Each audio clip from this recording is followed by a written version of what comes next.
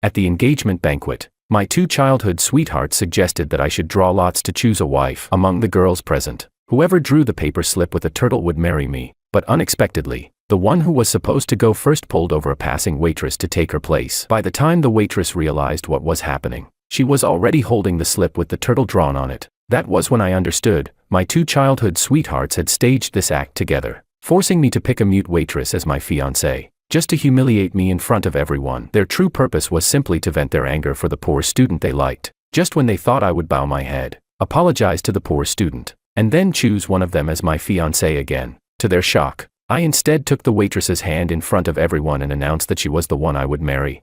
Chapter 1. George, since you can't decide between Maria and me, let's make it simple. Draw lots to choose your wife.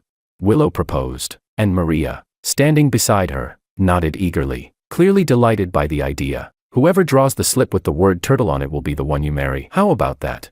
I looked at the two childhood sweethearts in front of me. Willow's face was full of cunning, and Maria's eyes were brimming with anticipation. Although I felt uneasy inside, thinking of how I had spoiled them all these years, I reluctantly nodded in agreement. But who could have expected Willow to play against the rules? She was supposed to draw first, yet she suddenly dragged over a young waitress, forcing her hand into the lot box. The waitress looked utterly confused, and before she could react, Willow had already snatched the slip from her hand and unfolded it proudly. "Ha ha, turtle."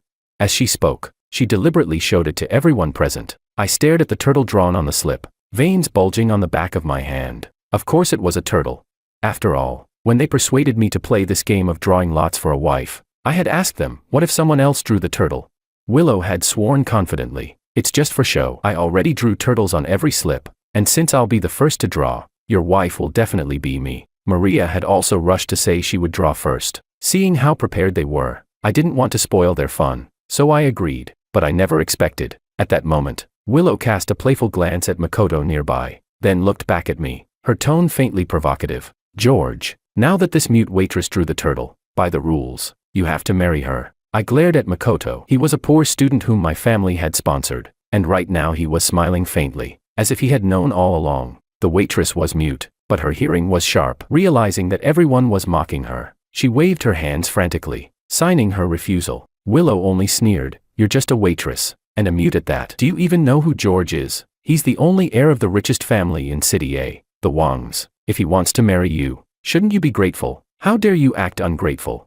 The waitress's expression dimmed, her hands falling weakly at her sides. She knew that in this banquet hall, before all these heirs and heiresses of high society, she was nothing more than meat on the chopping block, at their mercy. Seeing my dark expression and silence, Maria hurried to smooth things over. "George, Willow is joking. Of course you're not really going to marry this mute. She's just upset because you embarrassed Makoto at the table earlier. Why don't you just apologize to Makoto, and then we'll call it even?"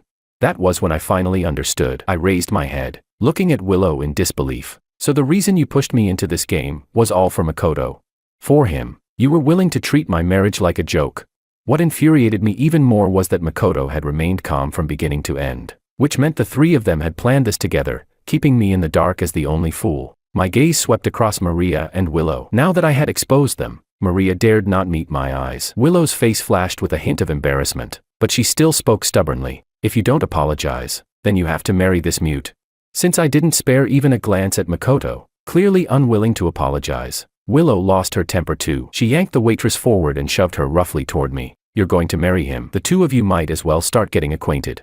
The waitress stumbled, nearly falling, but I reacted quickly. Catching her in my arms, I held her steady before letting go. The girl in front of me looked no more than 20, her delicate face now pale with panic. Using sign language, I exchanged a few words with her and quickly learned the basics of her situation. Meanwhile, Willow was still mocking loudly, the dignified young master of the Wang family marrying a lowly waitress, and a mute no less. "You'll bring utter disgrace to the Wangs. Just wait until everyone in our circle laughs at you." And then, before she could finish, my firm voice cut through the hall. "I'll marry her." Chapter 2, I never joke. As my resolute words fell, the noisy commotion around us abruptly stopped. The mockery on Willow's face froze in an instant. Her eyes widened, staring at me in disbelief. "What did you just say?" My gaze remained firm as I repeated clearly. I said, "I will follow the rules of the game, and marry her." I gripped the waitress's wrist tightly, the strength of my hold passing through her sleeve, giving her an inexplicable sense of reassurance. Seeing this, Maria grew flustered. rushing out in panic to try to salvage the situation. George must be teasing everyone. He's always been so good to Willow and me. How could he possibly marry a mute so casually? On the sofa, a flicker of complex emotion flashed across Makoto's eyes, but it disappeared in an instant. The corners of his lips curved into a faint smile, as though the matter had nothing to do with him. I think George just wants to put on a show in front of everyone. He doesn't really intend to marry her. Once this is over, he can easily find an excuse to dismiss the waitress. For the Wong family, that would be nothing more than child's play. The moment Willow and Maria heard this, they immediately felt reassured, their panic vanishing without a trace. When they looked at me again, their faces were filled only with undisguised disgust. George, didn't you agree that whoever drew the turtle would be the one you marry? To go back on your word now doesn't seem very manly. Their mocking words stabbed at me like thorns, piercing deeply. The disdain on their faces made my breath catch in my chest. It hadn't always been like this. When I was a child, I suffered from autism, trapped in my own world, shutting out all signals from the outside. Doctors warned that if this continued, I might never be able to integrate into society, completely cut off from the world, until one day, I was kidnapped by human traffickers and happened to be spotted by Willow and Maria on their way home from school. The two little girls were unbelievably brave. To save me, they dared to stall and argue with the traffickers. In the struggle, Willow's neck was strangled red by the thug, and Maria's arm was cut by his knife. Let them go. I've already called the police. Those were the first words I ever shouted out loud in panic. In the end, with the help of passers-by, I was rescued, and the traffickers were arrested. From that day on, I got to know those two girls. I no longer avoided their company, and instead tried to overcome my barriers to interact with them. Gradually, my autism improved. We grew up together as the closest childhood companions. Back then, they always put me first. When someone maliciously broke my model car, they would stand up for me and scold the culprit fiercely. When people spread slander about them, I would fight tooth and nail to find the liar and defend their honor. Over time, it seemed they had developed feelings for me. Everyone in our circle knew they liked me, and all assumed I would marry one of them. Because of that, my family never arranged any blind dates for me all these years. But everything changed with the arrival of Makoto. Makoto was one of the poor students sponsored by my family. After graduating from university, in order to express his gratitude, he insisted on treating me to dinner. During that meeting, his words were filled with self-deprecation. To preserve his dignity, I agreed to go. That day, Willow and Maria came along as well. After that brief encounter with Makoto, their visits to me became fewer and fewer. Instead, they grew closer and closer to him. At first, I thought it was just their outgoing nature and that they had many friends. But when they used my marriage as a joke simply to cheer Makoto up, I finally understood, in their hearts, my place had already been replaced by him. Taking a deep breath, I spoke calmly yet firmly. You seem to have forgotten, I never joke. Chapter 3, Humiliation. The moment those words left my mouth, Willow and Maria were both stunned again. George, because of his childhood experiences, never joked. He was infamous for being deadly serious. They still remembered that one time when, on a whim, they said they wanted to raise a little wild boar as a pet. To their shock, George didn't say a word, but instead ran straight into the mountains and actually brought one back for them. When George appeared before them, his body covered in wounds, his clothes torn, yet clutching a little wild boar tightly in his arms, the two girls had been completely dumbfounded. The Wong family's butler even added fuel to the fire, saying that George had caught several boars but rejected them all, insisting he had to bring back the smallest one. It was then they realized that George's word was as solid as iron. Every promise he made, he kept. How could they have forgotten that? As I was about to have the servants take the waitress away to be settled at the Wong residence, Willow's expression turned cold. She suddenly shoved the waitress hard, then looked at me with icy eyes. George, this time we only wanted to teach you a lesson. Who told you to humiliate Makoto at the dinner table? Maria picked up Willow's words and chimed in. That's right. Why did you bully him? It's not his fault he comes from a poor family. The two of them clung tightly to what happened at the table, trying to pin the blame on me. Finally, I couldn't hold it in any longer. My expression darkened. Are you sure it was me who humiliated him? I pulled the waitress, who had been pushed around and left helpless, behind me, served her a bowl of soup, and told her to eat something while she waited. Then, I turned back to face Willow and Maria, my voice tinged with both anger and helplessness. You really don't know what happened at the table just now? Makoto, under the guise of studying psychology, kept prying into my past with autism. You both know how unbearable those days were for me, how I clawed my way out of that darkness. His relentless questioning was nothing but an attempt to tear open my scars, rip apart the flesh I worked so hard to heal, and then sprinkle salt into the wound. And you know the doctors warned me not to dwell too much on the past, or else the autism could relapse. Besides, Since when does psychology mean ripping open people's scars? Even my former therapist never forced me to recall memories I didn't want to revisit. I only snapped back at him with a single line: how is that considered humiliating him?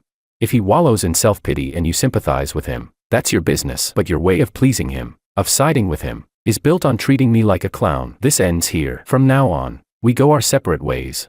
I poured everything out in one breath, as though all the grievances and injustice I had endured these past days had finally found release. Those present were stunned into silence by my words. In their impression, Makoto was the boy who cried to get what he wanted, while I was the kind of child who, even with only one piece of candy, would hand it over to Makoto without hesitation if the adults asked. So, little by little, they had all overlooked just how lonely that boy in the shadows truly was, the one who could only look up at others' happiness, and how much silent suffering he had borne. Willow and Maria exchanged a glance. It seemed even they realized they had gone too far this time. Just as they were about to speak, Makoto suddenly rushed forward, tugging at their sleeves. It's all my fault. I'm the sinner who caused the misunderstanding between you and George. I'll leave now and never disturb you again. Chapter 4, I do. He had fair skin and a boyish, gentle face. At this moment, his eyes were slightly red, and those puppy-like eyes softened Willow's heart against her will. She instinctively held onto Makoto and said firmly, "You're not allowed to leave. We'll be your friends, and no one can stop us." Maria quickly echoed, "This has nothing to do with you. You don't need to blame yourself. If anyone is at fault." Her gaze suddenly turned cold as she glared fiercely at the waitress. It's that mute who doesn't know her place. She should recognize her status. How dare she dream of marrying George? Get out of here. I noticed the waitress's body tremble slightly. Maria's absurd logic made me laugh out of anger. How had I never realized before that this was what they were truly like? The fault was mine for being blind. As the waitress, humbled and timid, was about to leave, I once again took hold of her wrist and looked coldly at Willow and Maria. Let me make this clear today. George, never go back on my word once it's spoken.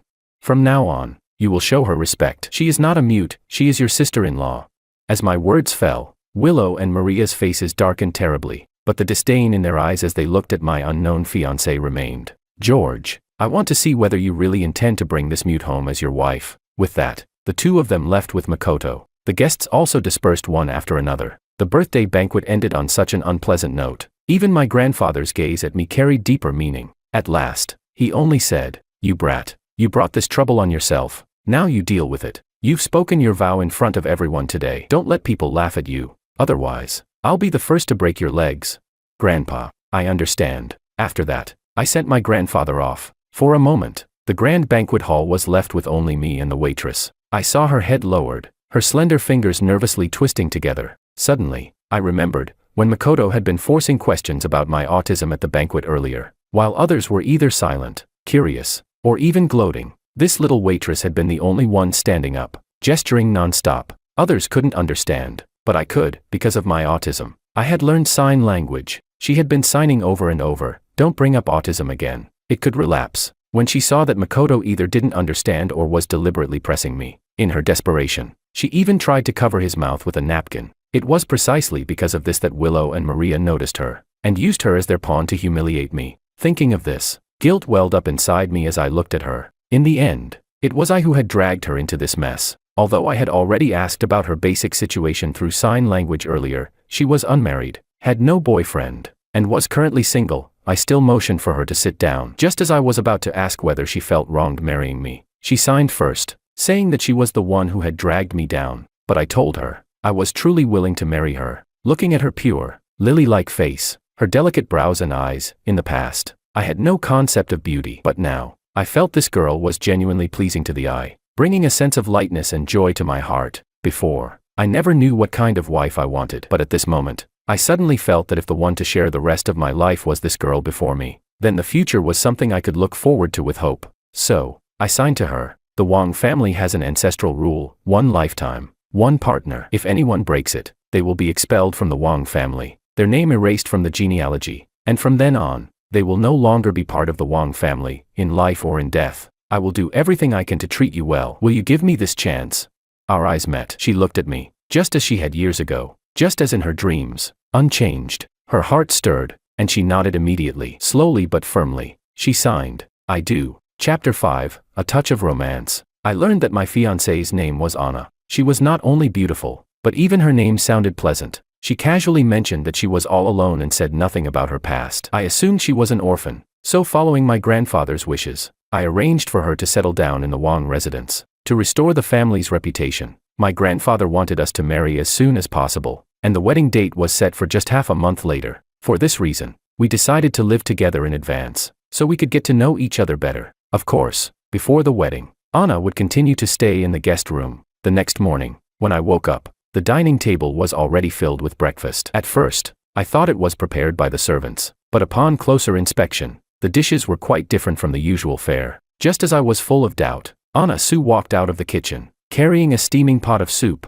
Since I usually treated everyone with kindness, the servants weren't overly cautious around me. One of them smiled and said, "Miss Sue got up before dawn and insisted on making breakfast for you herself." I told her this was our job, but she wouldn't listen. "Just look at this meal. The color, aroma, and taste are all perfect. Her cooking skills are far better than ours. Young master, please try it." Hearing this, I immediately rolled up my sleeves, took the bowl of soup from Anna's hands, and said seriously, "You don't need to cook. That's what the servants are here for. If you do it, they'll feel uneasy. Besides, when you marry into the Wang family, you'll be my wife, not a housemaid. If you feel bored, I'll take you out later to buy some things you like. Just focus on what makes you happy." But Anna only smiled and signed. I like cooking. When she was abroad, she wasn't used to hiring servants, so she did everything herself. For her, cooking wasn't just a survival skill, it was a form of comfort. Like how some people relied on music or binge-watching dramas to relax. For her, making delicious food was a way to relieve stress,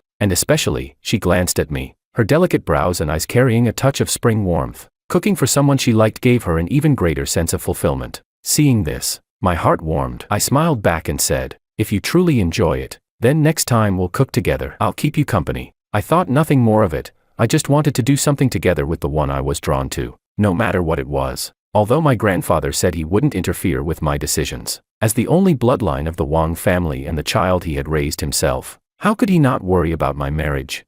So, under the excuse of being too lonely, he moved in with us, secretly observing. When he saw that Anna and I communicated entirely in sign language, his brows furrowed in suspicion. He looked at the butler. "Didn't you say the granddaughter-in-law could hear perfectly fine and just couldn't speak? Then why doesn't George talk at all? What are they saying? Translate for me." The butler, who had once learned sign language to take care of me, thought their gestures weren't anything secret, so he explained, "Master, haven't you noticed, when they speak in sign language, their eyes are fixed only on each other?" My grandfather suddenly understood something, and gave a light snort. "This brat." After breakfast, I took Anna out. I thought she would want to shop for clothes, bags, or jewelry, but instead, she went straight to a music store and picked out a pile of instruments. Seeing her so fascinated, I assumed she wanted to learn. Without hesitation, I bought them all and even cleared out a large storeroom at home to convert it into a music room. Once everything was set up, I asked if she needed a music teacher, but Anna only smiled silently, walked straight to the piano, and sat down with elegant poise. Chapter 6, outstanding in every way. A rendition of the third piano concerto suddenly flowed from her fingertips, at times vigorous and powerful, resonant and passionate, at times nimble and tranquil, sorrowful yet graceful. I was completely captivated, unable to extricate myself, until Anna's gentle gaze fell upon me, pulling me back to awareness. My emotions were tangled and indescribable. It was well known that this concerto was not only rich in emotion but also renowned worldwide for its technical difficulty. Yet Anna's mastery of the piano was flawless, perfected to the highest level. Seeing me silent, Anna thought I didn't like it. She signed softly, "Do you like the guzheng?" My expression shifted slightly, curiosity flickering in my eyes. "You can play the guzheng too." Anna smiled faintly, walked over to the guzheng, and plucked the strings lightly. A soothing, graceful melody began to flow, ethereal and healing. It felt as though it could wash away the dust from one's soul, transporting the listener into a pastoral scene of plucking chrysanthemums by the eastern fence. Gazing leisurely at the southern mountain, I felt even more strongly that Anna was like a hidden treasure, waiting for me to discover her depths. Unable to resist, I moved closer, wanting to learn more about her talents. What followed was practically Anna's personal talent showcase. She alone seemed to be an entire orchestra. Every instrument in the music room came alive in her hands, weaving together into beautiful symphonies. Soon, the entire villa was drawn in by the soothing sound, as though their very eardrums were cleansed. Everyone's eyes on Anna grew more respectful, even reverent. When the music ended, Anna looked at me expectantly, like a student awaiting her teacher's evaluation. A flicker of unease crossed my face as I awkwardly signed. How could an amateur like me dare to comment? The butler, knowing my reserved nature and poor way with words, teased with a laugh. Young master, just tell her, do you like it or not?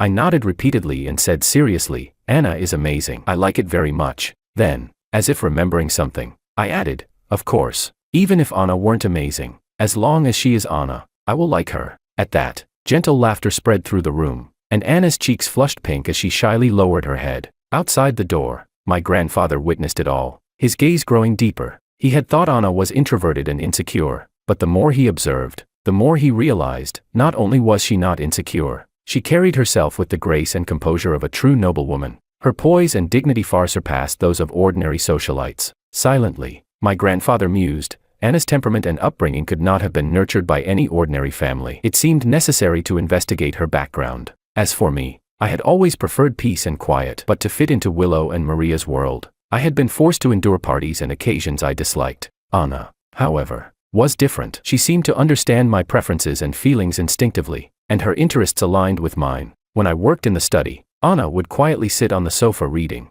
never disturbing me. Whenever I looked up, I would catch her gentle, graceful expression. Noticing my gaze, she would smile, pour me a cup of tea, and we would clink cups in silence, our affection deepening in that wordless understanding. When she felt like making desserts, I would put aside my work without hesitation and join her in whisking eggs and kneading dough. She, with her skillful hands, would create all sorts of adorable pastries for our afternoon tea. When I exercised in the gym, she would join me, sometimes trying a few couples workout poses, though always keeping just the right boundary, never crossing the line. Anna was also an excellent chess player. When my grandfather played to pass the time, she would step forward and challenge him for a few rounds. As the saying goes, chess reveals the person. Though Anna would sometimes let my grandfather take a few pieces, her moves were sharp yet fluid, airtight yet steady, always progressing toward victory. My grandfather couldn't help recalling how, when I encountered difficulties in Wang Corporation's affairs, Anna could always offer precise, effective solutions. At that moment, his gaze upon Anna grew even more profound.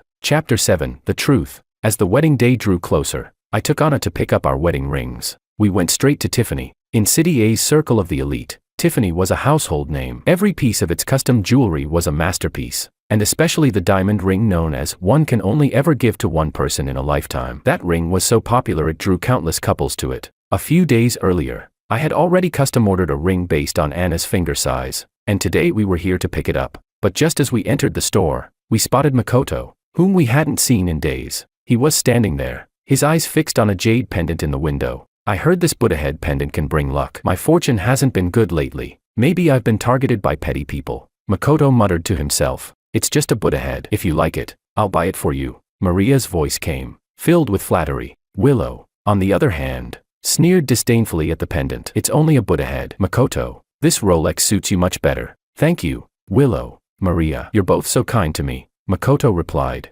grinning, clearly basking in the attention. The three of them, truly, they were like lingering shadows. I cursed silently, intending to quietly avoid them. But just as I turned, Maria's sharp eyes caught me. George, what are you doing here? Maria asked, feigning surprise. What else would I be doing here? I replied coolly, my eyes betraying my impatience. Willow, dissatisfied with my attitude, immediately started scolding. George, didn't we already make it clear? As long as you apologize to Makoto, we'll let bygones be bygones. And now you bring this mute here, are you deliberately showing off in front of us? Her voice carried open provocation. At that, I couldn't help but laugh in disdain. I had already explained everything that day, yet they still thought I was in the wrong. Did they expect me to bow my head to Makoto and let them trample me? I did nothing wrong. Why should I apologize to him? I looked coldly at Willow, enunciating each word. And what do you mean by showing off? Do you really think you're worth me doing something so petty? My tone was firm, leaving no room for compromise. George, what do you mean by that? Both Willow and Maria snapped at once, their faces full of anger. Oh, so now you're bold enough to throw your attitude at us? Is it that mute whispering behind your back? A mute, and you still want her?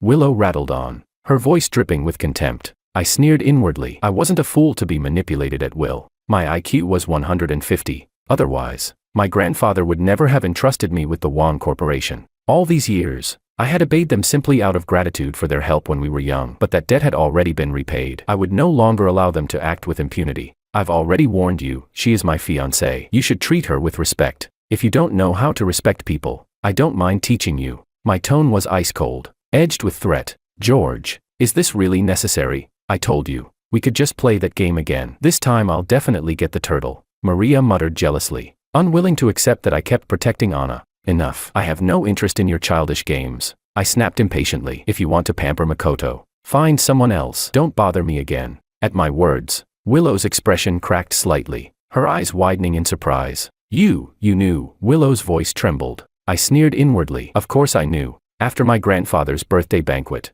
I had ordered the butler to investigate. I discovered that the whole idea had been Makoto's, and they had actually agreed to it. Such behavior was beyond despicable. It was also the final straw that severed any lingering ties I had with them. With my wedding to Anna just days away, I had no time to waste on them. So, I pulled Anna along and went straight to the staff handling our order. They led us into the Black Diamond VIP room before heading off to fetch our custom diamond ring. But just as we sat down, a commotion broke out outside the door. Chapter 8, Blind Eyes. My fault, ladies. I've already explained very clearly, this necklace was specially custom ordered by Mr. Wong. If you need one, we can make a new order, and it'll only take a few days. As for this set of necklace and wedding rings, I'm sorry, but we cannot sell them to you, the staff patiently explained. Not long after, Willow and Maria suddenly barged in, both asking with puzzled expressions, "Why are you buying a wedding ring? Why was I buying a wedding ring?" Did they really not know? Why pretend ignorance here? Even if they didn't want to believe my words, just by asking around, they could easily find out that the Wong family was in the midst of preparing my wedding in full swing. In the end, it was simply that they didn't care about me anymore. I already said it very clearly just now. My tone carried both helplessness and anger. Maria, who had been staring at me, suddenly seemed to think of something and laughed. "George, impossible. You must just be secretly buying a ring to give me a surprise, right?" Willow, however, sneered with disdain. "Since you ordered the necklace anyway, why not let Makoto try it on?" Makoto tugged at Willow's sleeve and whispered, "Willow, even if those are things George doesn't want, I don't deserve to wear them." Willow and Maria looked at him with pained affection. Willow then said to me directly, "George, you can't possibly wear so many pieces of jewelry. Just let Makoto pick one first." Maria was relatively gentler. "George, you won't be able to wear them all. Just spare one for Makoto." I looked at them coldly, a wave of disgust rising in my chest. How had I never realized before that these two could be so shameless? They were practically no different from robbers. Not to mention, these necklaces were women's pieces. Even if they weren't, why should I give them to an ingrate like Makoto? I paid to custom order these pieces. Why should I give them to him for free? The moment I said that, both Willow and Maria's faces darkened. "George, we're all human. Why do you look down on Makoto just because of his background?"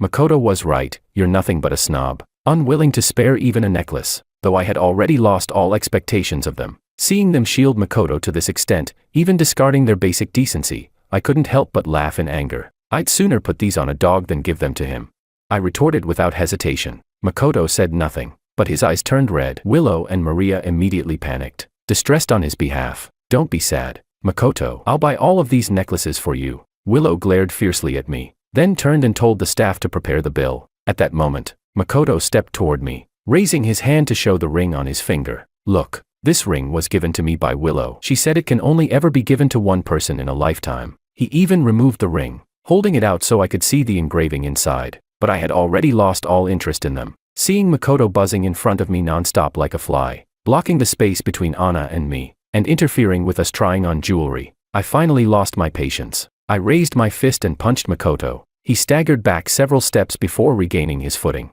staring at me in shock, needing several moments to recover. Willow and Maria, realizing what had happened, immediately grabbed at me, demanding an apology. "George, you've gone too far. Apologize to Makoto right now." "Apologize? Apologize for what?" "I was wrong," I suddenly said, hearing me admit fault. Willow and Maria's expression softened slightly, but in the very next second, I turned the words around. "My fault was being blind. Forever knowing the two of you. Anna, let's go. This place is filthy. We don't need these things anymore." With that, I pulled Anna with me to leave, but Willow, spoiled and domineering as always, and seeing me constantly holding Anna's hand, rushed forward to block our path. "George, apologize to Makoto, or don't even think about leaving this store today." I looked calmly at Willow and Maria, who glared at me with furious eyes. "Whether I leave or not isn't for you to decide." Willow raised her hand, ready to slap me, but it was stopped. It was Anna. Her slender fingers gripped Willow's wrist firmly, and no matter how Willow struggled, she couldn't break free. Seeing this, Willow grew even more furious. "You're just a mute. No power. no status, and you dare meddle in our affairs? I'll beat you today and teach you a lesson about your place. As she lifted her other hand to strike Anna, my expression darkened sharply. I was about to push her away when the store manager arrived with security. They stopped Willow and then bowed respectfully in my and Anna's direction. Our young lady has given instructions. In this store, no jewelry will ever be sold to anyone except Mr. Wong. Chapter 9. You are not worthy. The manager cast a glance at Willow and the others, then immediately instructed the security guards, "What are you all standing around for? Hurry and throw these troublemakers out. And you, what's the point of having you here? Our distinguished guests are being harassed, and you don't know enough to step in at once and resolve the problem." The manager snatched the shopping bag from Makoto's hand. Makoto was furious. "You call this doing business? Why won't you sell to me?" But the manager remained unmoved. "At Tiffany, we do business as we please. Whoever offends Mr. Wong, we will drive out directly." Makoto's face twisted in anger, and he tried to save face by snapping, "You think we actually care about your worthless junk?" Willow, as a socialite, knew Tiffany's status very well. Her face darkened. "Manager Marco, I ordered jewelry from you every year, and now you say you won't sell to me." "Miss Liu, I'm sorry." Marco's tone was polite but firm as he ordered the three of them out. Willow still tried to argue. "Manager Marco, who is this young lady of yours? As far as I remember, I've never offended her. Couldn't you let us meet her, to see if there's some misunderstanding?"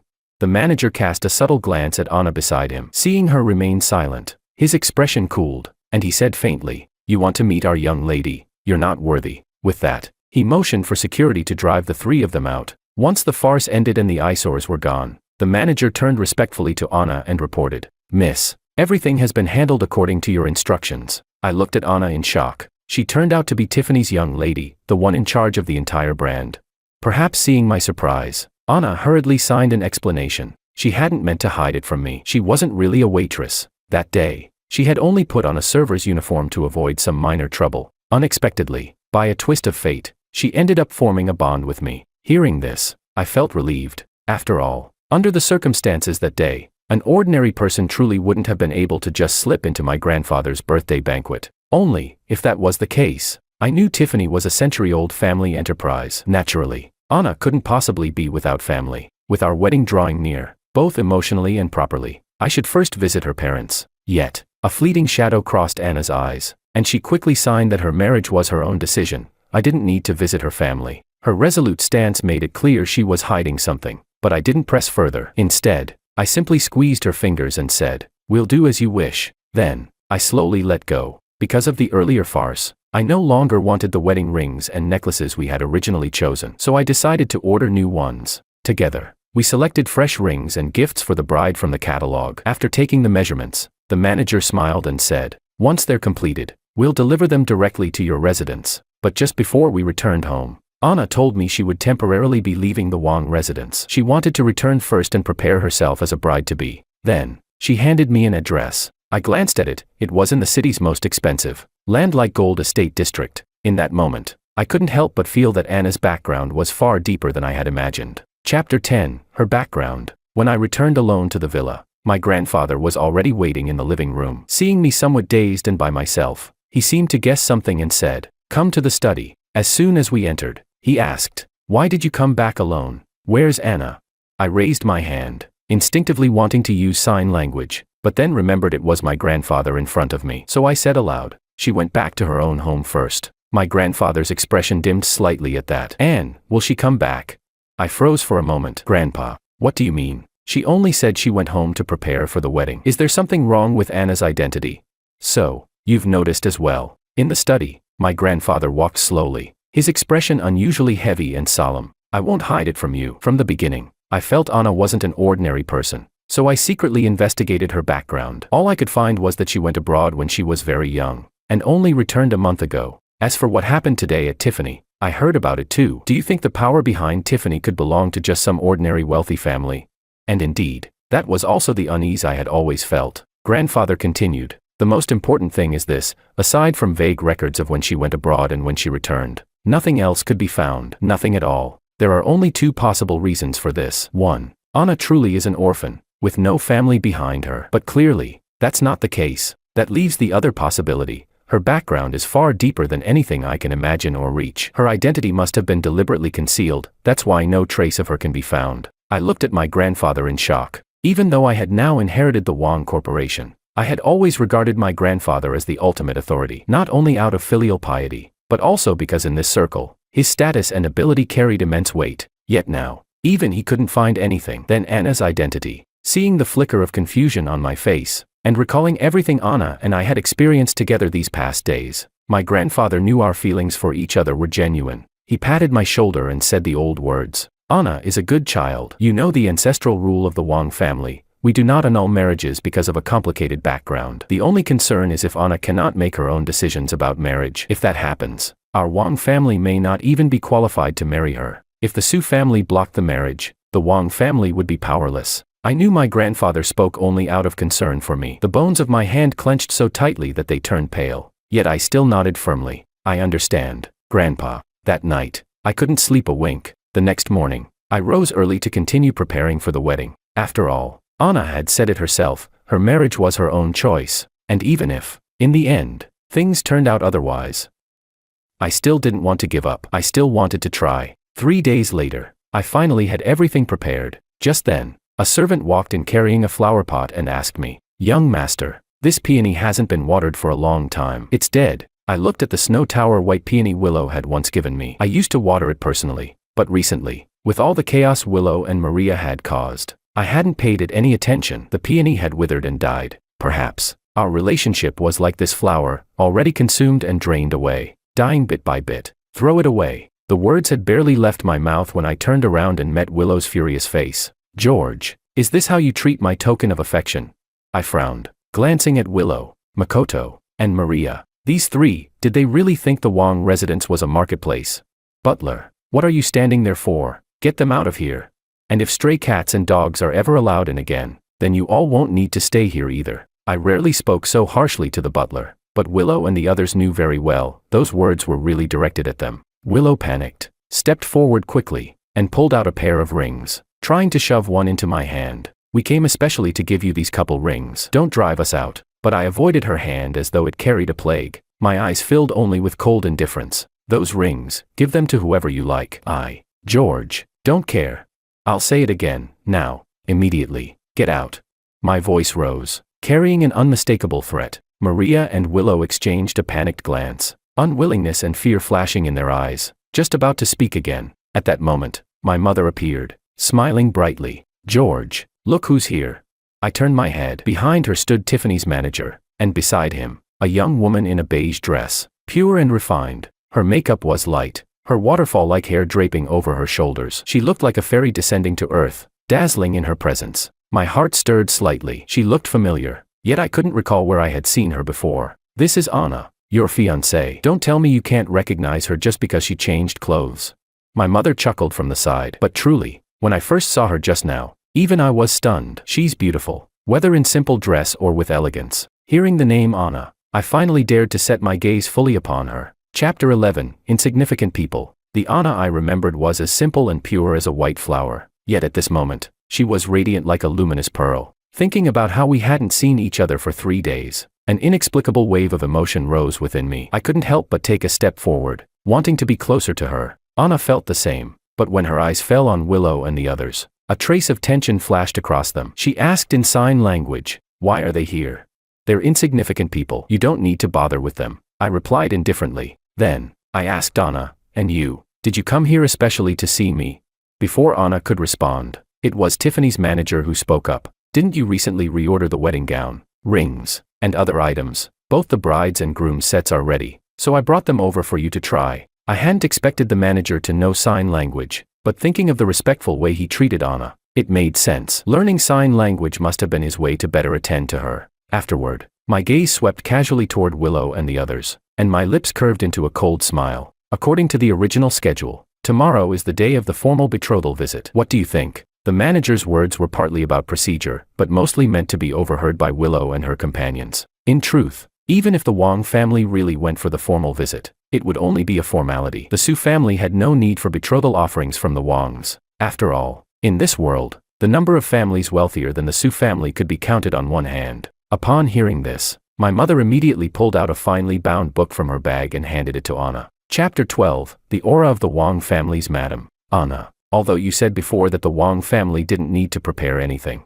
and that holding the wedding on schedule would be enough. The formalities still have to be observed. Auntie has prepared a dowry. Take a look first, and if anything is missing, I'll add more. As my mother spoke, she opened the exquisitely bound book in her hands. The moment it was opened, photos of various pieces of jewelry and ornaments filled the pages. Among them were rare treasures bought at high prices in auctions, as well as heirlooms passed down through the Wang family for generations, items so precious that outsiders rarely even had a chance to see them. In addition, there were also several share transfer documents, numbering in the hundreds, so many that the thick book was almost too heavy for one hand to hold. Standing to the side, I understood perfectly. My mother was essentially offering half the Wang family to Anna, but I didn't feel the slightest reluctance. After all, Anna would be my family in the future. Letting her see these things now was merely giving her an advance look at what already belonged to her. Naturally, Anna realized the value of these betrothal gifts and was just about to decline them when Willow suddenly snatched the book from her and exclaimed, her voice trembling, "Auntie, are you really handing over the entire Wang family to her? She's just a mute. Has the Wang family lost its mind?" Maria added, in a more tactful tone, "Auntie, are you truly going to let a mute marry into the Wang family? The whole country will laugh at you. How about this? Keep the wedding as planned, but on the day, just switch her out for me. Say that she refused to marry." Before she could finish, smack, the crisp sound of a slap rang out. My mother had slapped Maria hard across the face. While everyone was still stunned, she spoke firmly, "As an elder, I normally shouldn't raise a hand against you, but the words you just spoke, those aren't words fit for a human being." She yanked the bound book back from Willow's hands and warned coldly, "Let me make this clear. Anna is my daughter-in-law, the only daughter-in-law I recognize for the Wang family. Even if Anna decided she didn't want George, and refused to marry him, George would rather stay single his whole life than marry either of you. So I advise you, give up on this idea. If either of you dare to call my daughter-in-law mute again, every single time you say it, I will slap you again." As she spoke, she raised her hand once more, deliberately showing off the sharp new manicure she had just gotten. Maria, her face burning hotly from the slap, though not bleeding, understood that Madame Wang had already shown restraint. Covering her face quickly, she dared not make another sound. Willow, too, flushed with embarrassment but didn't dare speak again. It was Makoto, instead, who opened his mouth, as if to mediate. "Auntie, shut up." My mother's eyes turned on him, filled with naked contempt. "And who do you think you are? What right does a two-faced ingrate like you have to speak here? Every word I waste on you shortens my life. Butler, throw these eyesores out immediately. And from now on, they are never to set foot in this house again. I won't have the Wang family's doors dirted." In her younger years, my mother had been a force in the circles of wealthy women. Now, her authority had only grown more formidable. The Tiffany manager had clearly heard of her reputation. Watching her protect Anna so fiercely, he finally allowed himself to relax. Meanwhile, my mother had already taken Anna by the hand, leading her inside as if she were her own daughter, or even her sister. "Let me tell you, I've never liked those 3 kids. You can just see the bad in them from a mile away. Anna, your hands are so beautiful, perfect for manicures, but your natural nails are pink and glossy. It'd be a shame to damage them with polish. My friends told me about nail stickers. One day, I'll take you, and we'll pick some together. And your hair, how do you keep it so smooth and shiny?" "Don't worry, I studied sign language for a whole week. Even if you sign slowly, I can understand you." "Oh, you're saying you made your own shampoo?" Behind them, I exchanged a look with the manager. His smile was genuine, but mine carried a trace of helplessness. I feel like I've already lost my mother's favor. When I was little and refused to speak for years, she never bothered to learn sign language. She always said that when I wanted to speak, I would naturally open my mouth. The manager knew I wasn't truly resentful. He only smiled lightly, but thinking about Anna's silence, he seemed on the verge of saying something, yet in the end, he held back. After all, some things should only be told when his lady herself was ready. Chapter 13, An unexpected turn in the engagement. After my mother and the manager left, Anna and I finally had space to be alone. I remembered my grandfather's earlier advice and slowly sat down in front of Anna. Speaking to her in sign language, I candidly mentioned my past struggle with autism and the risk of relapse in the future. I also expressed my concerns about her identity, worried that her parents might mind such a matter. Anna, sensing my unease, gently took my hand and gave me a firm, reassuring response. Over these days,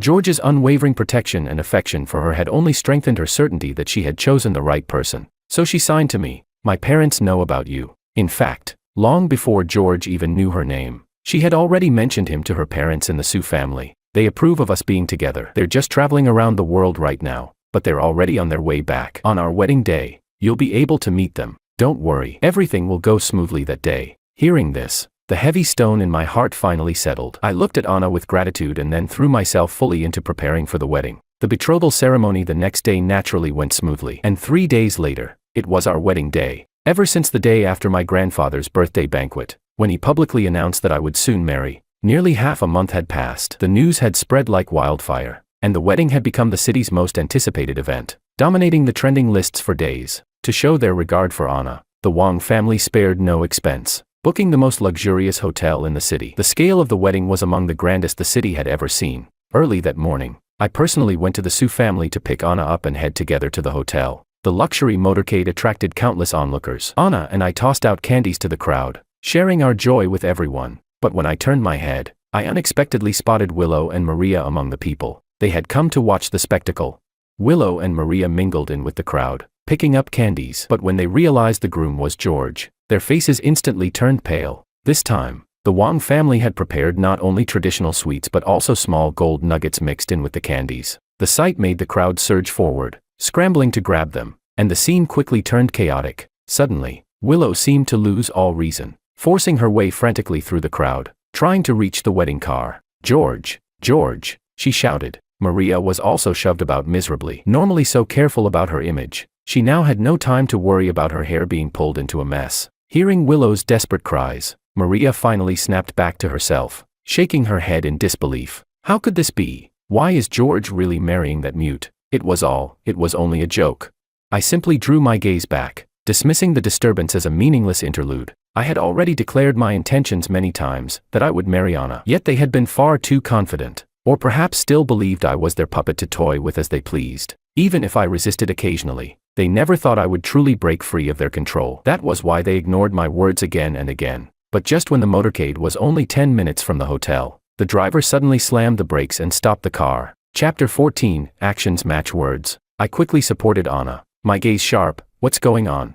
The driver's expression was grim, pointing ahead. "Mr. Wang, the eldest miss of the Liu family has blocked the road with her convoy." I lowered the car window and looked out, only to see Willow and Maria waiting there aggressively. Their cars were scattered across the road, blocking the way, horns blaring chaotically. Willow and Maria strode straight toward me, ignoring the noise around them. Willow yanked the door open, urgently grabbing at me. "George, how can you marry someone else?"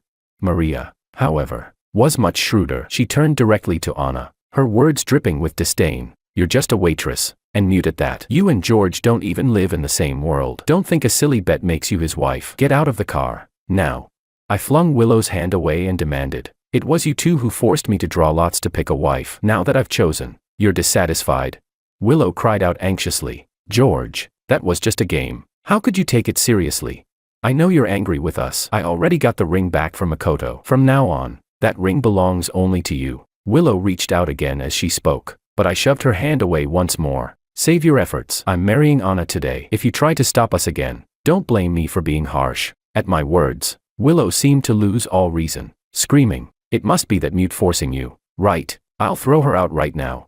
She lunged to grab Anna. I shielded Anna firmly behind me. Willow and Maria couldn't even touch the hem of her clothes. Maria's eyes welled up as she looked at me, aggrieved. "George, you used to protect us." I gave a cold laugh, my thoughts drifting back to the past. Back then, the three of us, Willow, Maria, and I, were close, and I always stood at the front, shielding them from the storm. But gradually, they seemed to forget that I was flesh and blood too, capable of being hurt. Now, they were simply upset that their free bodyguard had chosen someone else, especially someone they looked down on as just a waitress. That was all it was, their bruised pride. Thinking this, my gaze toward them grew even colder. "I told you before, I have nothing more to do with you, so you'd better not even appear in front of me. I don't want my wife to feel unsafe or upset. No, you can't marry her."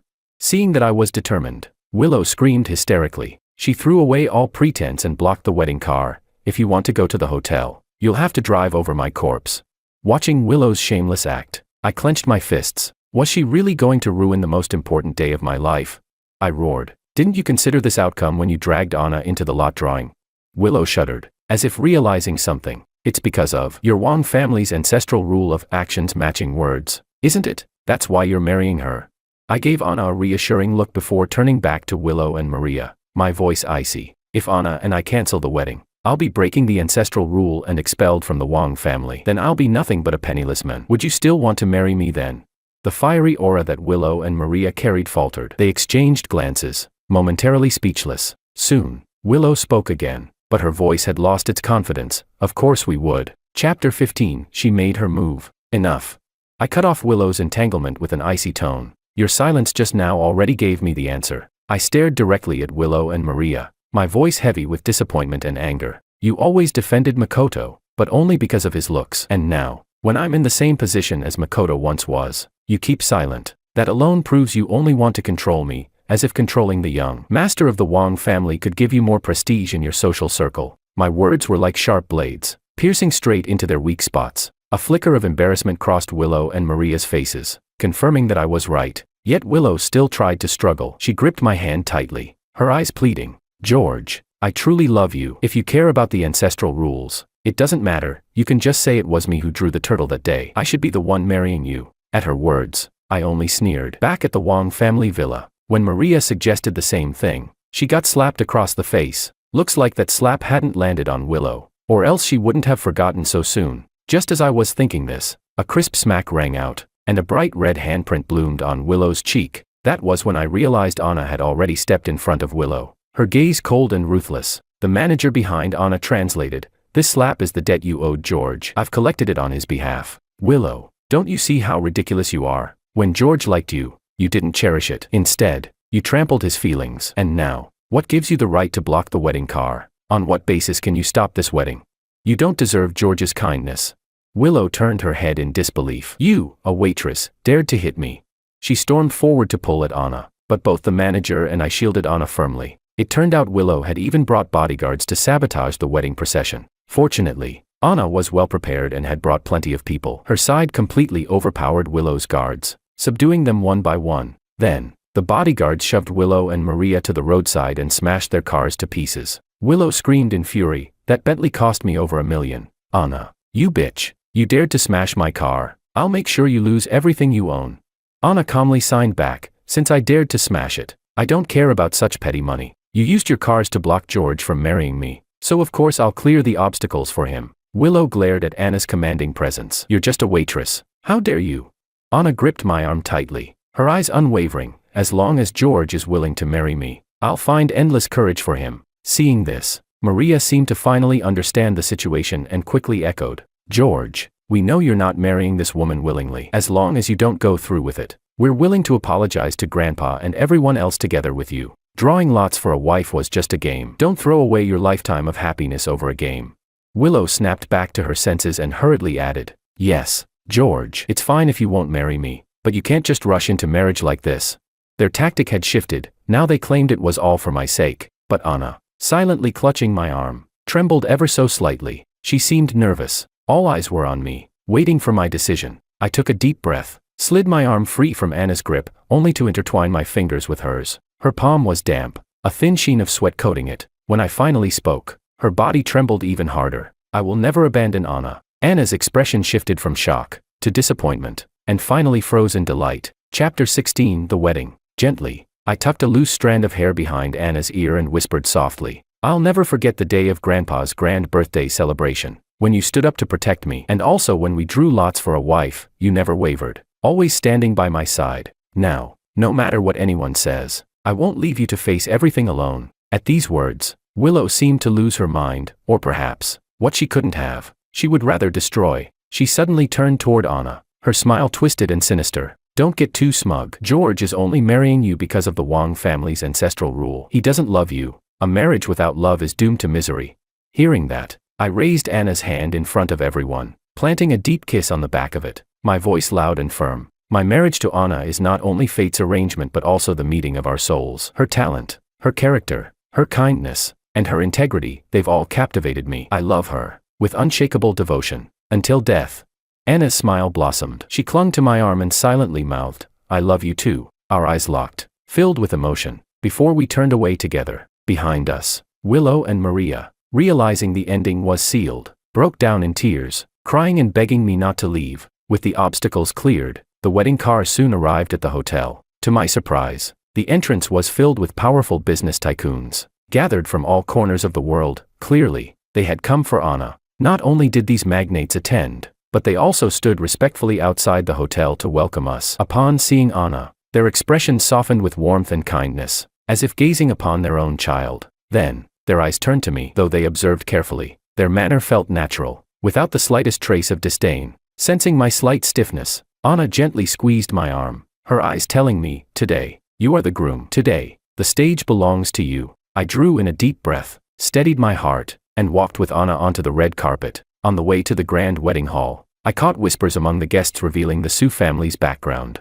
It turned out Anna was the daughter of the Su family, one of the 4 great and mysterious clans of Huaxia. The Su family was low profile yet awe-inspiring, with wealth to rival nations. I thought back to my childhood, when my own family's fortune nearly brought disaster upon me, and I instantly understood the Su family's modesty and Anna's humility. I realized that I wasn't marrying Anna because of her family background, but because of her virtue and talent. With that thought, my demeanor grew even more natural and at ease. So when I met Anna's parents in the wedding hall, I carried myself with respect and composure. The Su parents, in turn, were very pleased with me. They knew George was a capable young man, and even more valuable, a kind-hearted one from a family with integrity. Most importantly, Anna and George had shared many years of deep affection. At that moment, as George and Anna signed to each other in front of them, they saw the tenderness and patience in his eyes. Just as manager Marco had reported, George truly didn't despise Anna for her silence. On the contrary, the Su parents' gaze toward George grew all the more filled with affection.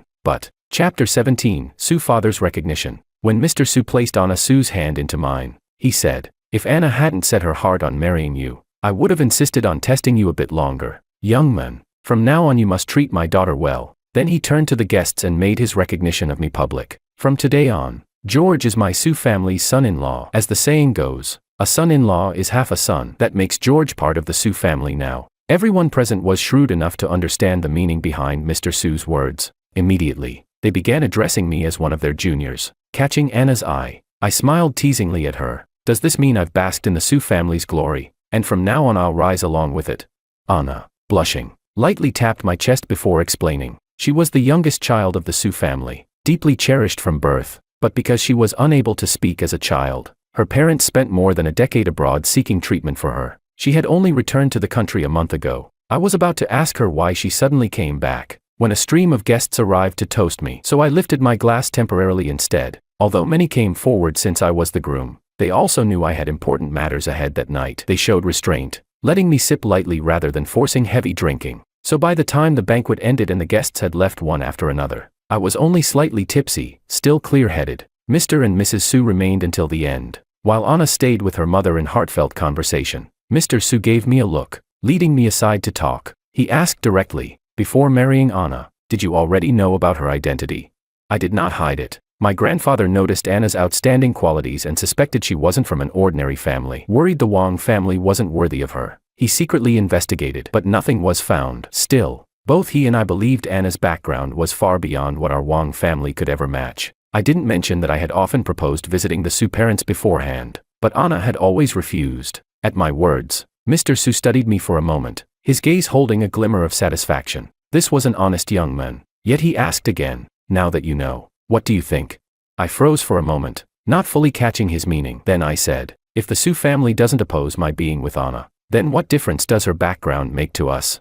Though Mr. Su's expression remained calm, his eyes seemed to strip away every layer of me. Only then did I truly feel the crushing pressure of one standing at the very top of the pyramid. But my gaze stayed open and steady, not dodging in the slightest. After several seconds, that immense pressure gradually lifted, and Mr. Su's face even softened with a warm smile as he said, "If you ever encounter something you cannot resolve, let Anna contact me." Finally, he could rest easy, fully entrusting Anna to George. Later, the Su parents declined my offer to arrange anything for them, choosing instead to continue their travels around the world. Anna seemed long accustomed to this. She simply held my hand and went back with me to our bridal chamber. As I helped Anna remove the ornaments from her hair, I recalled my earlier question and asked again, "Why did you suddenly return to the country?"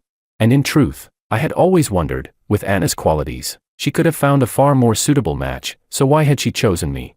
Chapter 18. From now on, I'll protect you. Anna lowered her head, held my hand, and drew a smiley face in my palm. I froze for a moment before suddenly realizing. I remembered. Years ago, during a business trip abroad, I once saw a group of people mocking a waitress. They called her mute, bullied her because she stayed silent, and even whispered about dragging her off to a hotel. I couldn't stand it and picked a fight with them under some excuse. When I looked up, I realized that the waitress had been watching from the side the whole time. To comfort her, I drew a smiley face on the glass window, hoping she could stay happy every day. I never expected that girl to be Anna, and that she would remember it for so long. Anna said, from that day on, I kept doing part-time jobs, hoping that one day I could find you. My illness hadn't been cured, so I hadn't planned on returning home. But when my parents mentioned someone named George who sounded just like you, I flew back specially to see. That day, I happened to run into trouble, and I put on a waitress uniform. When I saw you, I thought you'd remember me, but instead, I ran into that scene. They were so cruel. How could they treat you that way? Seeing Anna indignantly standing up for me in such a cute way, my heart melted. I gently hugged her, feeling a little guilty. I truly didn't recognize you before, mainly because you've become even more beautiful than back then. With you by my side now, I'll never be bullied again. Anna nodded firmly, her gaze sincere. From now on, I'll protect you. I couldn't help but smile. Kissing Anna on the forehead, she shyly buried herself into my arms. I thought she had been frightened and worried that my action had been too abrupt, so I quickly apologized. But Anna immediately cupped my face and kissed me on the lips. Stunned, I kissed her back, deepening the kiss. On our wedding night, we barely slept at all. Our souls were in perfect harmony, making us cherish each other even more. After marriage, Anna refused to leave my side. She didn't want to continue treatment abroad, so I spent a fortune to bring her previous specialist over to China to keep treating her. Anna lived a quiet and private life in the Wang family home. Knowing she disliked banquets, I chose to accompany her more. I rarely attended social gatherings unless they were unavoidable, and even then, I only showed up briefly. One day, a business partner invited me to the Jasmine Pavilion to discuss details of a collaboration. The name itself sounded refined, so I didn't think much of it. After telling Anna, I went as agreed. The private room was filled with an antique fragrance and atmosphere. After settling the business details, my partner's phone rang. He took the call, then excused himself to step out, saying he had something urgent and asked me to wait there. I glanced at the array of desserts on the table and asked a waiter for a menu, wanting to choose some to bring back for Anna's taste. So I stayed behind. While I was selecting, a wisp of gauze suddenly appeared in front of me. I looked up to see a sensuous woman dressed in the style of ancient courtesans, slowly walking toward me. I frowned slightly, for she wore a veil and I couldn't see who she was. I was just about to ask if she had entered the wrong room, when the woman swayed gracefully and began dancing a seductive dance in front of me. Chapter 19, Digging One's Own Grave. My mind went blank for an instant with a buzzing sound, but soon a spark of fury ignited as I roared. Who sent you here, manager? He. That so-called business partner from earlier. The woman said nothing, only moving closer and closer, deliberately letting the veil on her body slip down bit by bit, her seduction all too obvious. Just as her delicate hand reached toward me, I grabbed a cushion from the sofa and hurled it at her with full force. Even though she hadn't touched me, I instantly tore off my suit jacket and tossed it straight into the trash can, my eyes full of undisguised disgust. Struck and now met with my gaze as if she were a contagious disease. The woman froze in shock. I raised my hand, showing her the ring on my finger, and barked harshly. I'm married. Even if I weren't, I would never get involved with a woman like you. Now get out, immediately. Hearing the words, a woman like you, she assumed I had mistaken her for someone working in that kind of trade. She quickly pulled away her veil, revealing Willow's face. George, it's me. Perhaps it was because she had never obtained me that she remained so obsessed. Or maybe she had never truly looked at me carefully before. Since our ugly falling out on my wedding day, she hadn't stopped thinking about me. Now, seeing me again, she suddenly realized that George really was handsome. Handsome in the way of aged wine, rich, deep, and refined. In contrast, Makoto's good looks were superficial, like chewing gum that lost its flavor the longer one tasted it. No wonder. All these years, both she and Maria could never forget about George. She had never understood this before, but now that she did, he was already married. Still, she thought, it didn't matter. With all their years of entanglement, she refused to believe that George could resist her when she was being so forward. With that thought, she softened her voice and stepped closer. George, it's been so long. I missed you. From my initial shock at seeing her, my emotions quickly shifted to rage. Willow, how many times have I said it? There is nothing between us anymore. You knew perfectly well I'm married, and you still dared to do this. What do you take me for? Some unfaithful beast who can't control himself? Though the room was filled with sweet incense, my stomach churned with disgust. Bile rose in my throat. I couldn't stay another second. I turned to leave, but Willow's eyes suddenly gleamed with malice, and she lunged forward to throw herself at me. She hadn't even touched me when I kicked her to the ground with full force. Rage consumed me. Who gave you permission to touch me? Willow, you disgust me, you're filthy. As I spat the words, I recalled the earlier behavior of that so-called business partner. It was obvious, Willow's presence today wasn't an accident. He had known beforehand and even aided her. At once, I pulled out my phone and called him, declaring that our deal was cancelled and that I would never cooperate with his company again. More than that, I vowed that every company allied with the Wang family would blacklist his firm permanently. In other words, I had just destroyed him in the business world. On the other end of the line, the partner panicked and rushed to explain, but I had already hung up and blocked him. Chapter 20, The Nation's Husband. Willow, lying on the ground, saw how ruthless George had been. She thought of how humbly she had tried to reconcile, only to be met with such an ending. Completely collapsing, she screamed, "So you really like that Anna so much, or is it because of her family background?" On George's wedding day, Willow had already heard rumors of Anna's family, though not clearly. She knew, however, that Anna's background actually surpassed even that of the Wang family. That only fueled her unwillingness to accept reality. So what if the Su family is rich? Our Lu family could also be your support. Anna Su is just a mute, she can't even be taken out to events. A woman who only circles around the house all day. What future could she possibly have? So this was what she thought could defeat Anna and win me over. I was so furious I laughed, leaving aside the fact that Anna is outstanding in every way. Even if she were just an ordinary girl, as long as she is my wife, I will cherish her and remain faithful to her. Isn't that the most basic principle between partners, the very difference between a human being and an animal? Just because you don't respect love doesn't mean everyone else is like you. With that, I didn't spare another glance at Willow's pale, broken face, and strode out, but outside the door, I met a pair of smiling eyes. Anna had clearly been there for a while. I quickly explained the entire situation to her. Anna listened quietly. We had agreed from the start to be a couple who spoke openly, explaining things clearly to one another and never leaving room for suspicion. When I finished and finally breathed a sigh of relief, Anna signed with a smile. It was Willow who messaged me to come. I knew she was trying to provoke me, but I trust you. I was sure she'd end up digging her own grave, so I actually came to watch her make a fool of herself. Seeing her slightly smug expression, more playful than usual, I couldn't help stepping forward to embrace her. Wife, it's wonderful to have found someone who resonates with me so completely. Anna, of course, understood my deeper meaning. Though she rarely stepped outside, she was always aware of the rumors swirling around me. The wealthy bosses and spoiled young men around me were all self-indulgent. Unable to tolerate my self-restraint, they tried to drag me down with them, to indulge in the same drunken and debauched life. But I always rejected them firmly, so they began spreading rumors, calling me pretentious, or mocking me as a clueless fool. Some even fabricated lies, claiming I was incompetent as a man. Though these baseless accusations disgusted me, I held fast to my principles. To me, loyalty was as natural and simple as breathing, yet just as essential, and Anna was the one who truly understood me. At our core, we were the same kind of people. But the matter didn't end there. That resentful business partner, seeking revenge, began spreading vile rumors. They claimed I wasn't as clean as I seemed, that my private life was actually depraved. They said I only cancelled the deal and blacklisted his company because I'd been rejected from an indecent establishment. People love gossip, especially when it flips appearances upside down. The story spread like wildfire, shooting straight to the trending lists. But just as the rumors were about to spiral out of control, a video emerged that turned everything on its head. It was footage from the Jasmine Pavilion's private room, showing someone attempting to seduce me, and me sternly rejecting her. Once released, the Jasmine Pavilion issued a statement confirming the video's authenticity. The woman was indeed brought in by the business partner, not affiliated with the pavilion. They revealed that he had failed to lure me and then tried to smear me with lies.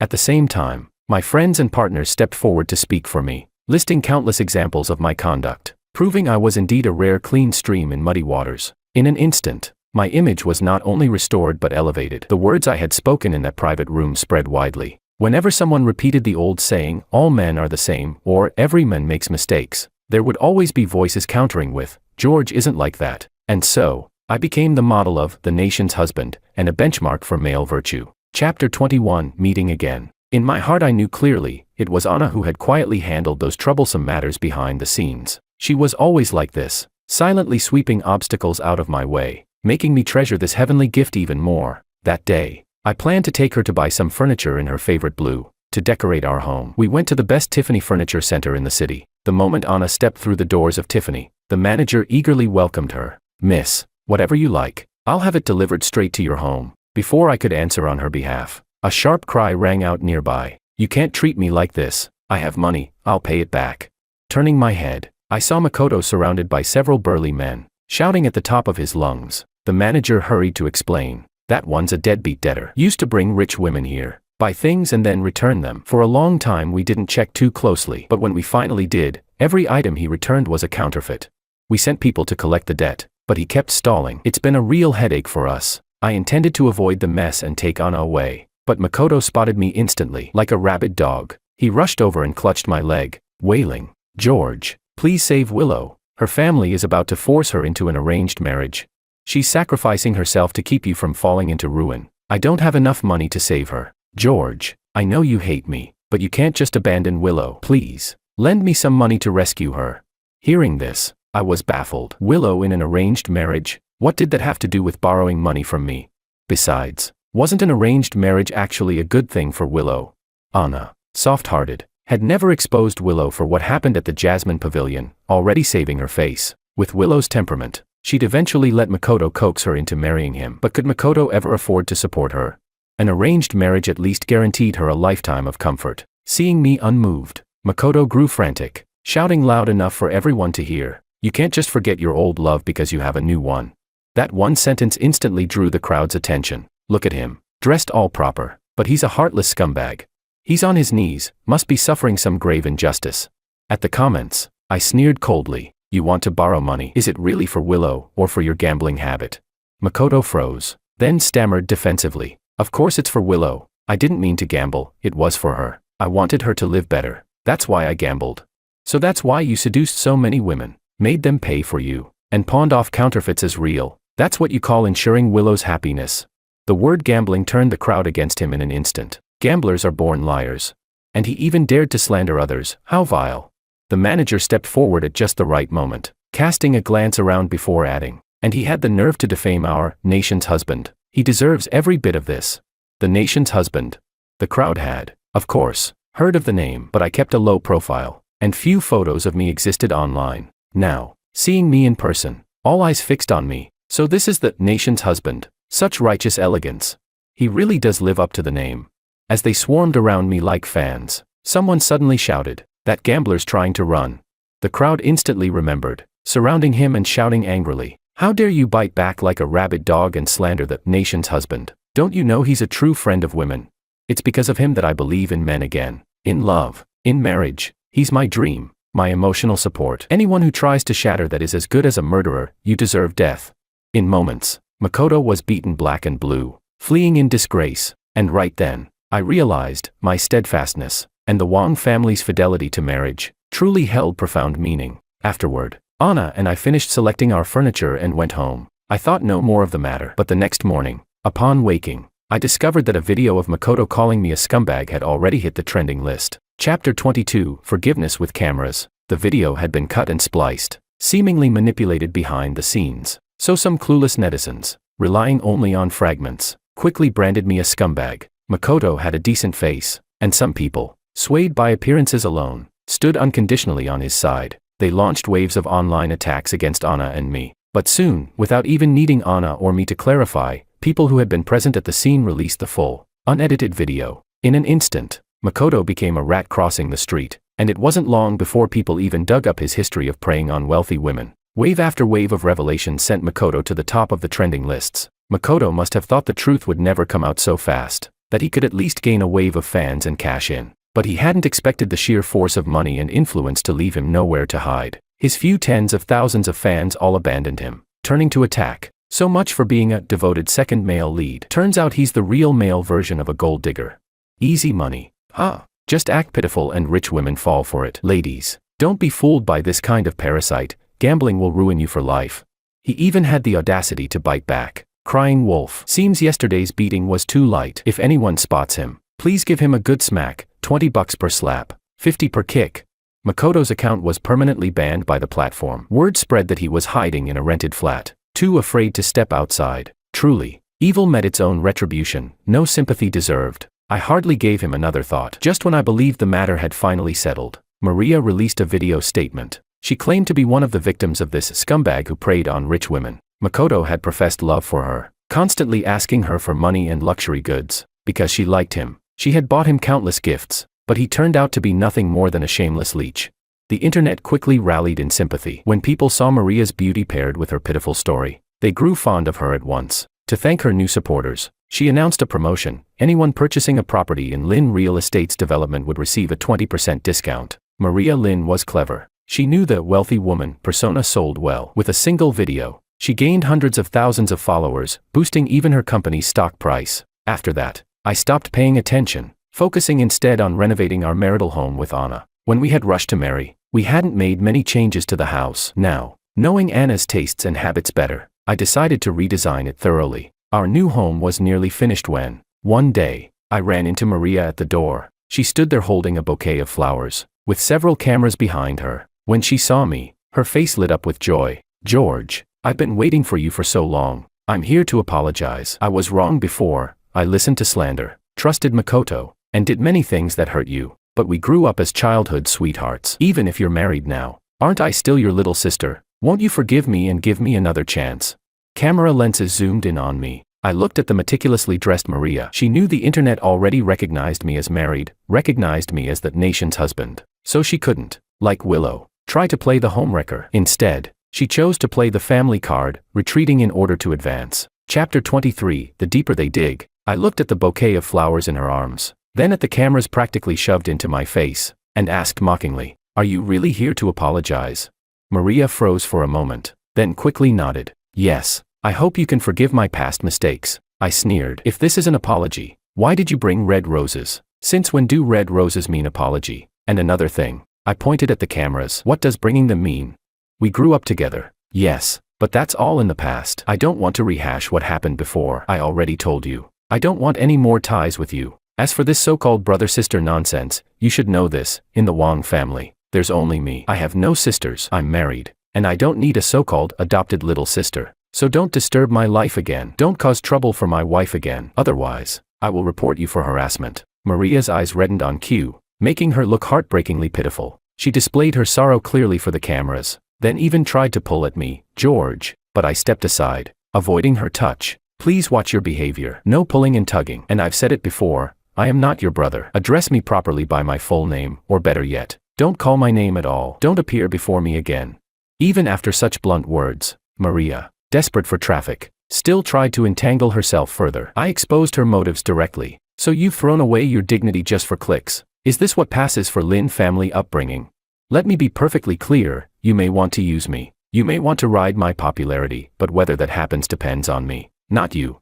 Sensing conflict, the cameras zoomed in on my face, but I didn't care in the slightest. All I wanted was to protect the person I loved, so I declared loudly, "Maria, let me tell you this, my wife trusts me completely. That makes everything you're doing a complete waste of effort. But still, having flies buzzing around is annoying. You have 1 minute. If you're not gone by then, I'll call the police." And in front of all those cameras, I pulled out my phone and started dialing. Seeing I was serious, the cameraman Maria had hired realized they were in the wrong. After all, this could count as trespassing, so they tried to drag Maria away. But Maria kept looking back with every step, acting like a betrayed, heartbroken girl. To the uninformed, it looked like I was the cold-hearted man who had crushed her. Maria used these videos to paint herself as the abandoned childhood sweetheart, convinced it would give her another burst of popularity. But she hadn't expected things to backfire. This time, the audience turned on her. Netizens replayed the footage again and again, analyzing my words frame by frame. So there really are men who can see through pretentious coquettes, and are immune to them. Maybe all those excuses about not recognizing them are just as fake as the excuse of, "I was drunk and couldn't control myself." Finally, someone exposed the truth. The public's eyes are sharp after all. The nation's husband truly deserves the name.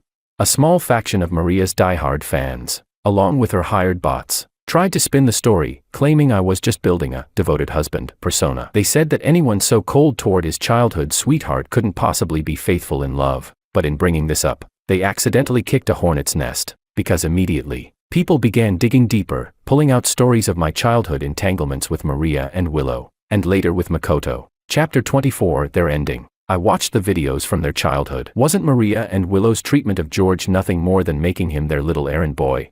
They kept him from attending gym class, even sent him running several miles under the blazing 30-degree sun just to buy them their favorite snacks, just so they could brag to their girlfriends about how obedient and useful their little lackey was. Did they ever truly care about George? Poor little George, and to think he was the only son of the Wang family. In front of them, he wasn't even treated as well as a servant, and yet he endured it for over 10 years. Maria and Willow, they're heartless. And that scumbag Makoto, He was actually a scholarship student sponsored by the Wong family, but in the end, it was the farmer and the snake all over again. No wonder so many people would rather help stray animals than ever sponsor another person again. Truly chilling. Did you see the news from a year ago? Maria and Willow, just to humor Makoto, actually abandoned George at a toll station. Those three are wolves in human skin, they're not people at all. The deeper the netizens dug, the more they uncovered just how vicious the trio of Willow, Maria, and Makoto had been. Their past bullying of classmates and abuse of power were all exposed. Very soon, even the Liu family and the Lin family suffered collateral damage, their company's stock prices plummeted sharply. And in contrast, I was like a bright moon hanging high, and even my own company rose like a rocket. I became the very embodiment of loyalty and marriage. Many online voices said how envious they were of Anna, that she had been lucky enough to meet and hold on to such a one-in-a-million man. But I responded by saying, there are many George in the world, but only one Anna, meaning that there are many good men out there too. That perspective gained me the admiration of countless men, who became my loyal supporters. Of course, none of this truly affected my life, because I lived my days for myself. I continued a loving life with Anna, and we went on our honeymoon. When we returned, we heard the news. Willow had married Makoto. It wasn't that the Liu family had abandoned her, rather, Willow had become pregnant with Makoto's child. Apparently, Makoto had tricked her into leaving home, and when Willow Liu returned, she was already carrying his child. She wanted to terminate the pregnancy. She didn't want Makoto's child, nor to be tied to him, but a pregnant Willow had lost her value for an arranged marriage. In the end, she had no choice but to marry Makoto. The next time I saw Willow was at a street food stall. Gone was her former arrogance. She avoided my eyes, finally venting her frustration on Makoto instead. The customers here, hurry up and serve the food. Makoto had changed from a delicate pretty boy into a greasy middle-aged man. His hair messy, his face covered in stubble. Though clearly unhappy with Willow's bossing, he restrained himself, still hoping to squeeze more benefits from the Liu family through her. So he kept silent, but the effort showed on his face. His expression darkened with hostility, his hands striking the cooking utensils harder and louder. Chapter 25, the finale. Seeing the scene, I shook my head. I had once thought Makoto's personality was just awkward, but only recently did I understand. His problem was that he always wanted both ways. If he truly loved money, he could have chosen a wealthy woman, treated her well, and been loyal to her. After all, there are many wealthy women in this world who crave love, and they had once been taken in by his good looks, but instead, he played with feelings, trying to toy with one rich woman after another, until eventually he ended up despised by everyone, abandoned and cursed. Later, he chose to be with Willow, but even then, he used despicable means to get her. The result? His life still turned into a complete mess. I simply pulled Anna away. My wife is pregnant. She doesn't eat this. Even far from the stall, I could still hear Willow and Makoto screaming at each other hysterically, frightening customers away. Hearing it, I sighed helplessly. Street food stalls aren't shameful at all, so long as one lives by their own effort. It is honorable. But Willow was never content with her circumstances. Before, she was dissatisfied with me, dissatisfied with arranged marriages, and in the end, even after marrying Makoto, she remained dissatisfied. How could anyone live well if they were always discontent? But none of that had anything to do with me anymore. Not long after, I ran into Maria again in the square. Since her attempt to use me backfired, her pitiful White Lotus persona was shattered, branded as a pretentious coquette. From then on, it was as if she had gone mad for fame, desperately trying to walk the path of infamous notoriety. But netizens no longer bought it. In fact, they despised her more and more. At that moment, in front of the cameras, she was trying to make another cheap stunt, but security drove her off. Get lost. Hurry up and get out of here. It's people like you who corrupt the kids. If you dare come back, I'll smash your phone. Maria fled in disgrace. I felt no sympathy. In the end, every person walks the path they choose. If someone insists on heading into darkness, what does that have to do with others? I supported pregnant Anna as we strolled leisurely forward. Still, there were always those who doubted that a man could remain faithful for life, that true lifelong love existed. So they kept trying to secretly follow and film us. But 20 years passed. By the time we celebrated our silver wedding, golden wedding, even diamond wedding anniversaries, we never once felt the so-called 7-year itch. Instead, our love only deepened. Even after Anna's muteness was cured, I still preferred using sign language with her. When our hands spoke, our gazes met as if the world around us disappeared, leaving only each other. What other men might see as a flaw had become our private romance. One day, as we prepared to go out, I wanted to choose blue jewelry for my silver-haired Anna, but she teasingly refused, saying blue was pure and youthful, while her beauty had long faded. I gently touched her wrinkled face, my gaze as full of love as the day we first met. Signing, I told her, every jewel in this world, no matter how rare, is counterfeit in my eyes. The only true masterpiece is your face.